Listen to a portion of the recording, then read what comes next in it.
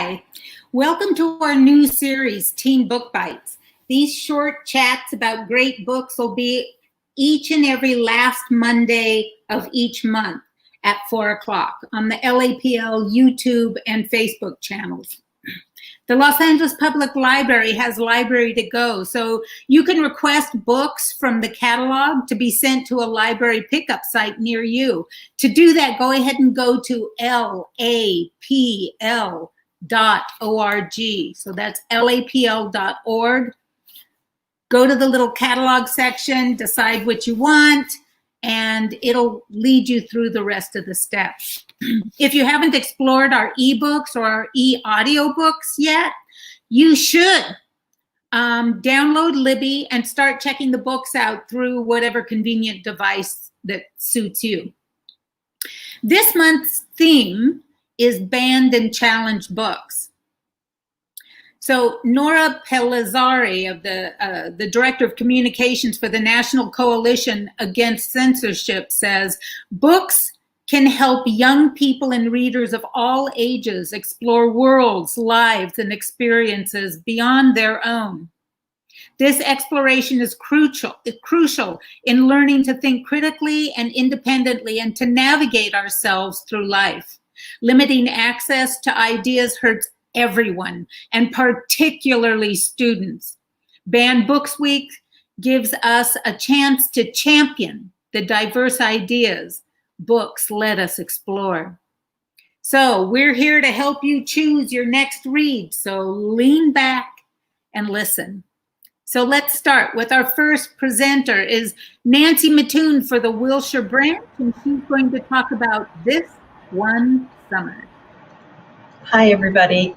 This One Summer is a graphic novel about Rose Wallace, a Canadian teenager who always spends her summer breaks from school at a lakeside cabin. There she meets up with her best friend, Wendy, who she's known since they were in grade school.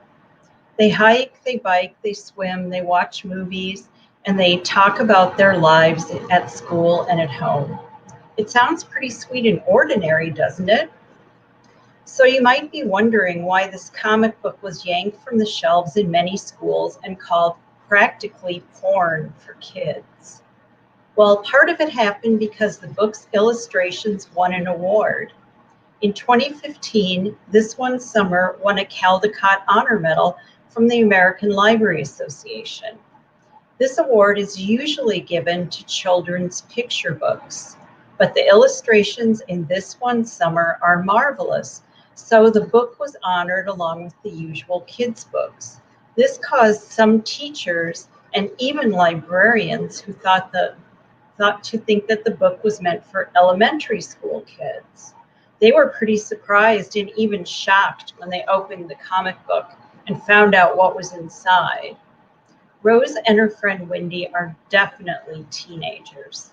So they are learning about themselves, other teens, and their families like teenagers.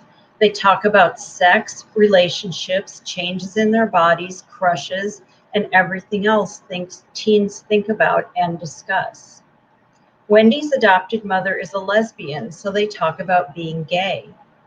Both of the girls hope that they grow boobs, and Rose finds herself obsessed with Duncan, the teenage boy who works at the local mini-mart.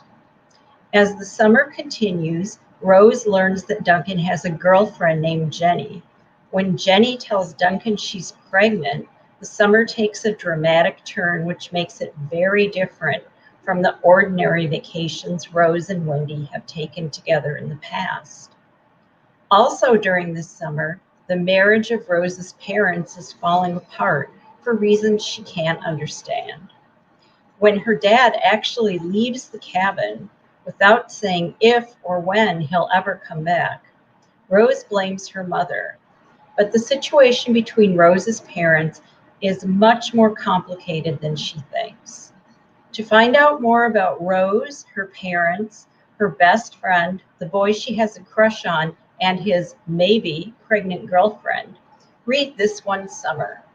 And be sure to enjoy the beautiful illustrations which helped to make the graphic novel a banned book in the first place. It's a great book to wind down the summer with, isn't it, Nancy? I agree. Yes, for Yeah. sure. Lots of different things are spoken about that really need to be addressed in life. It'll touch everyone. Thanks, Nancy. Great.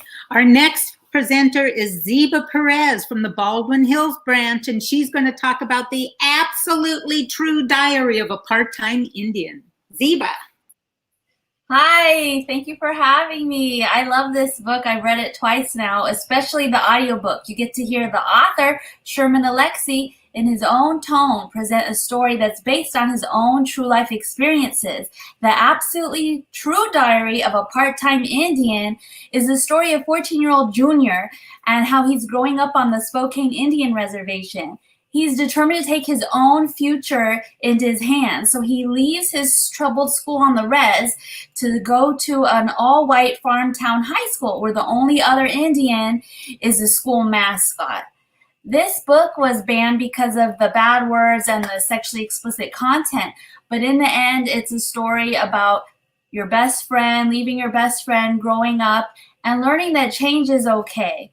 So I really enjoyed this book, and I think you will too, but you don't have to take my word for it.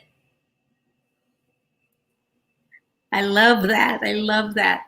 So this book also is found in the classics section at a lot of the libraries. It's a great book. It'll also introduce you to a lot of concepts that you may not have, like if you don't know anything about reservations, it's a nice introduction. Thanks, Ziba. That was cool. Okay, our next presenter is Kelly Lowers from the Studio City branch, and she's going to talk about The Handmaid's Tale. Yes, thank you for having me.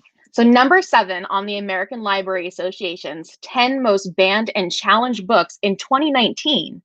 Let's talk about The Handmaid's Tale by Margaret Atwood. I'm sure you've seen the Emmy-winning TV show, but I want to suggest reading the book. The Handmaid's Tale is a dystopian novel set in a near-future time period of the United States, with sterility and falling birth rates. A right-wing theocracy takes over the government and abolishes the Constitution. In order to rebuild the population, the new government instills the practice of forced surrogacy based on the biblical story of Rachel and Jacob in Genesis. In this new government, women are not allowed to have jobs or money. Their reproductive rights are under government control, and they are forbidden to read or write. The protagonist, stripped of her previous name and given the temporary name of Fred, to reflect her current belonging to a commander named Fred, is among a minority of women who remain fertile. So as a handmaid, she is assigned to various commanders and their wives to try to conceive a child for them. If she fails at too many such assignments or breaks the rules, she could be sent to the colonies to clean up nuclear waste, or she could be killed. This book is her tale of her time before and during the new government.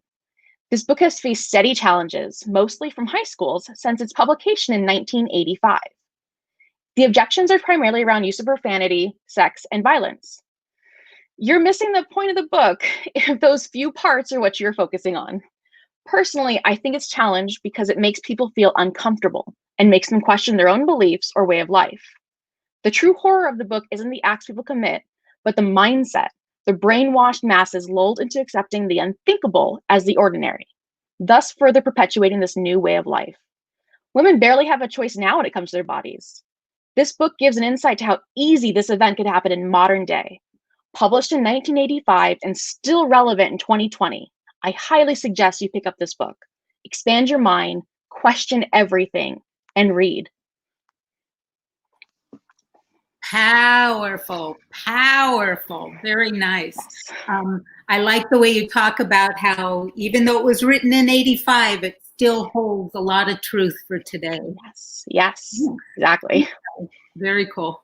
Okay, next up is Nancy again, and she's going to be talking about Persepolis.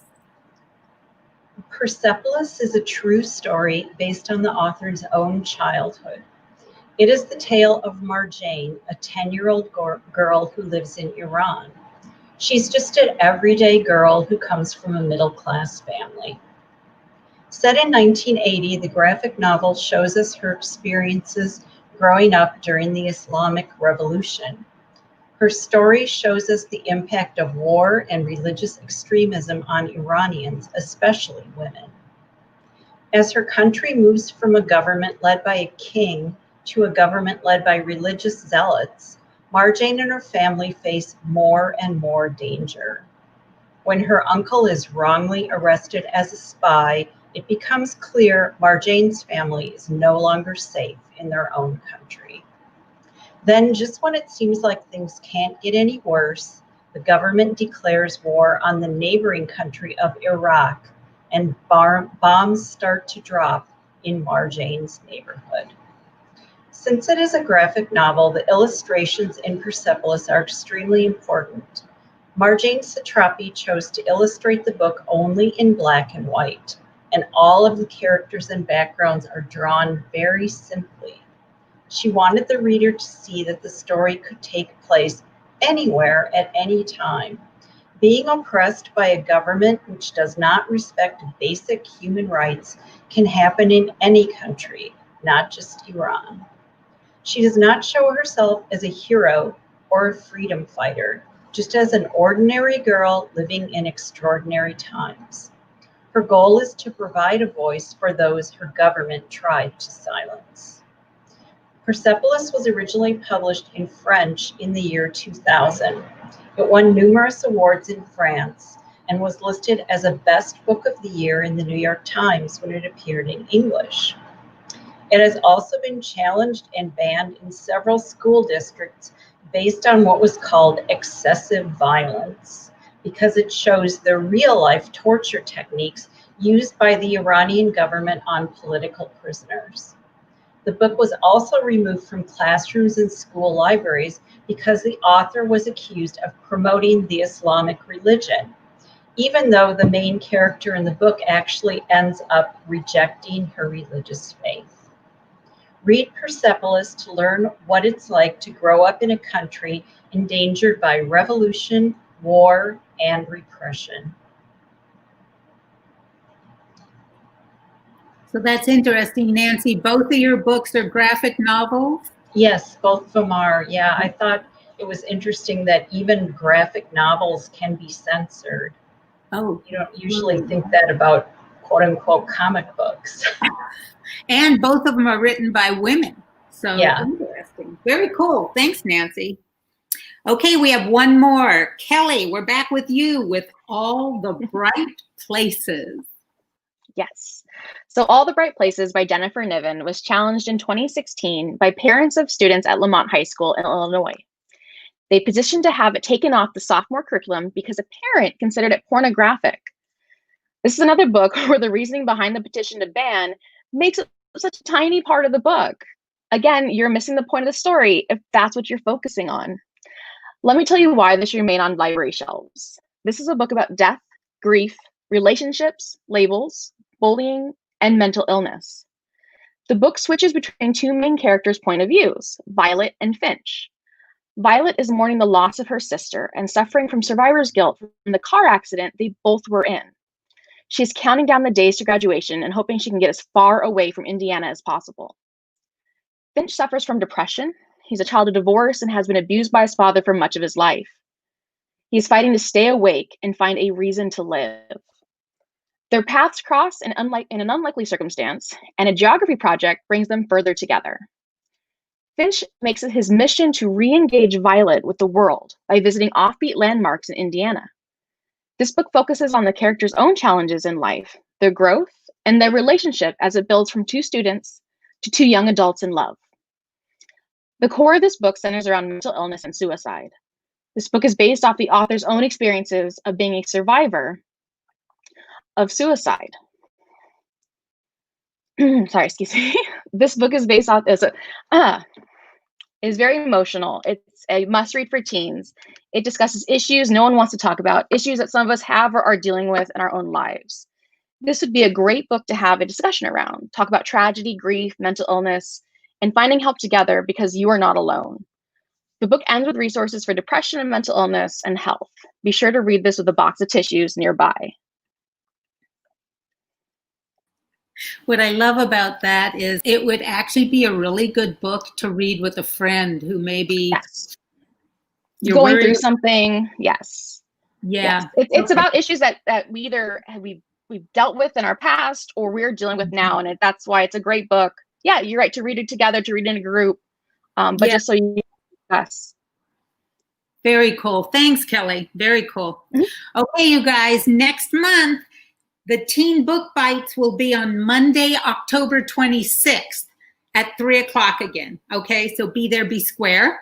The theme for next month is voting and civic engagement. So think about it. And think about tomorrow at 6 o'clock, I believe, Pacific time, we're going to be doing a presidential debate. So maybe that'll be a good way to prepare you for the voting and civic engagement Teen Book Bites. So join us every Tuesday also at 4 o'clock on the library YouTube as well. Each week offers a different teen-focused program. For instance, tomorrow's Teen-tastic Tuesdays, I'm not joking, that's what it's called. We'll celebrate Latinx voices in literature with a YA graphic novel author and illustrator, Jose Pimienta, a Glendale resident who has worked with Disney Digital Network, Psychic Bunny, Dark Horse Comics, and much, much more. These will be fun times, you guys. Join us each month.